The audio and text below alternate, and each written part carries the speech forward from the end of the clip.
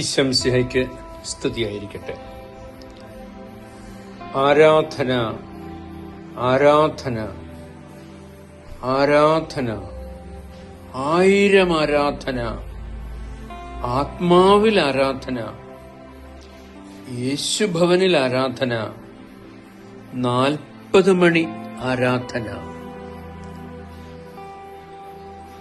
ഫെബ്രുവരി 19 മുതൽ 21 വരെ 40 മണിക്കൂർ യേശുഭവനിൽ ആരാധന.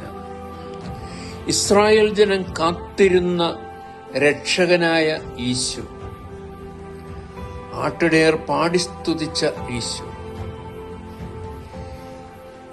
യഹൂദർ തള്ളിക്കളഞ്ഞ ഈശോ, ദൈവം മൂലക്കല്ലാക്കിയ ഈശോ, മരിച്ചവരിൽ നിന്ന് ഉയർത്തെഴുന്നേറ്റ ഈശോ, നമുക്കായി ഇന്നും ജീവിക്കുന്ന ഈശോ സ്വർഗം വിട്ടിറങ്ങി യേശുഭവനിൽ നമ്മെ കാണാൻ, നമ്മെ കേൾക്കാൻ, നമ്മെ അനുഗ്രഹിക്കാൻ ഇറങ്ങി വരുന്ന നിമിഷങ്ങൾ. നമുക്കൊന്നു ചേർന്ന് ഈശോയെ ആരാധിക്കാം. മത്തായി സുവിശേഷം 10-ാം അധ്യായത്തിന്റെ 31-ാമത്തെ തിരുവചനം ഇങ്ങനെ പറയുന്നുണ്ട്: മനുഷ്യരുടെ മുന്നിൽ എന്നെ ഏറ്റുപറയുന്നവനെ എന്റെ സ്വർഗസ്ഥനായ പിതാവിന്റെ മുൻപിൽ ഞാനും ഏറ്റുപറയും. നമുക്ക് മനുഷ്യരുടെ മുന്നിൽ ഈശോയെ ഒന്ന് ഏറ്റുപറയാം.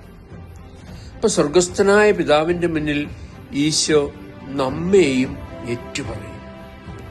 നമ്മെ ഏറ്റെടുക്കുന്ന ഈശോ നമ്മെ സ്പോൺസർ ചെയ്യും. നമ്മൾ എന്താ ചെയ്യേണ്ടത്? ആരാധിക്കണം.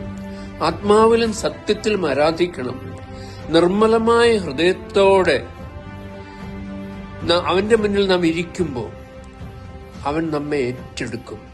സ്വർഗസ്വനായ പിതാവിന്റെ മുന്നിലേക്ക് നമ്മെ അങ്ങോട്ട് ഏറ്റുപറയും. കുറവുകളൊക്കെ നമുക്കുണ്ടായിരിക്കും. ആ കുറവുകളെല്ലാം അവൻ ഏറ്റെടുത്തിട്ട് നമ്മെ പിതാവിന്റെ മുന്നിലേക്ക് ഉയർത്തും.